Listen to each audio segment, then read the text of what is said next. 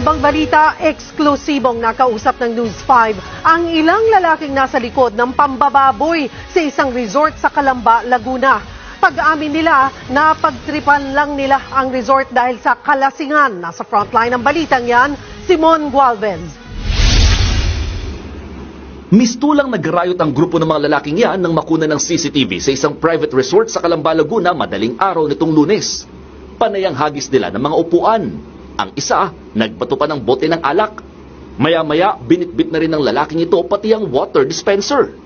Lahat ng yan, diretso sa swimming pool ng resort. Matapos niyan ay tatawa-tawa ng naglakad palis ang grupo. Kaya pala nagsisigawan kanina. Ganoon na lamang ang panlulumo ng mga may-ari at tauhan ng resort nang madatnan ng malawar zone na eksena. Pati water dispenser nasa swimming pool.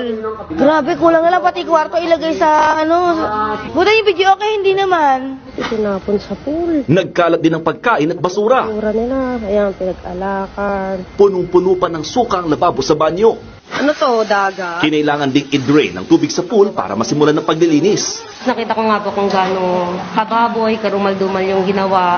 Talagang sobrang galit, inis yung naramdaman ko nung time na yun. Lalo't tinakasan nila yung ginawa nila. Sinubukan pa raw kunin ng grupo ang security deposit na 1,000 piso. Pero nang nagsabi ang caretaker na i-check muna ang resort, humarurot na raw palis sa mga lalaki sakay ng kani-kanilang motorsiklo. Eksklusibong nakipag-usap sa News 5 ang ilan sa mga lalaking nakuhanan sa video. Tumanggi silang ipakita ang kanilang mukha sa kamera. Pag-amin nila, trip-trip lang daw ang ginawa nila dala ng sobrang kalasingan. Parang napasobra na lang po din kami sa inom ng alak. Hindi na po namin napigilan yung sarili namin. Ganyan na po ang nangyari. Itinanggi naman ng grupo na high sila sa anumang ipinagbabawal na gamot. Wala po kaming ginagamit na kahit anong droga. Yun po ang totoo. Hindi po kami addict. Sadyang tinamaan lang po talaga kami ng alak. Birthday lang daw ng isa sa mga lalaki kaya nagdao sila ng swimming party sa resort. Nasa 3,000 piso lamang ang binayad na renta para magamit itong resort na ito mula alas 7 ng gabi hanggang alas 6 ng umaga. Kasama na dyan yung paggamit ng kwarto, nitong swimming pool at iba pa mga appliances.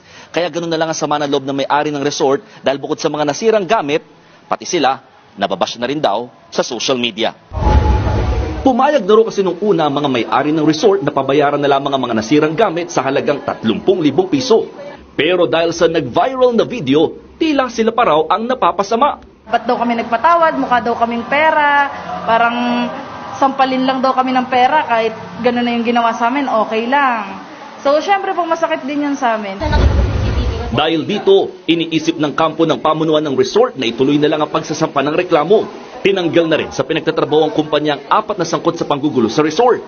Mensahe nila, Gusto ko po sana humingi ng pasensya sa nangyari. Gusto ko pong humingi ng tawad sa owner ng pool na to, ng resort. Sorry din po sa mga nagrabiyadong tao. Mga bahid ng mga sukat. hiling naman ng mga may-ari ng resort, magsilbi raw sanang aral ang ginawa ng mga lalaki para sa iba pang umaarkila lang din ng mga private resort. Kasi karamihan din po sa guest, feeling entitled po na nirentahan namin to, nirentahan ko din buhay mo.